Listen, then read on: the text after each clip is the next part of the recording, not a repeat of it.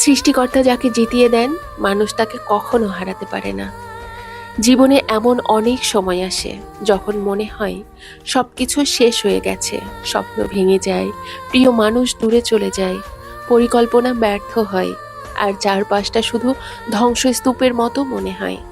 কিন্তু জীবনের একটি গভীর সত্য হলো, প্রতিটি ধ্বংসের ভেতরই নতুন নির্মাণের বীজ লুকিয়ে থাকে।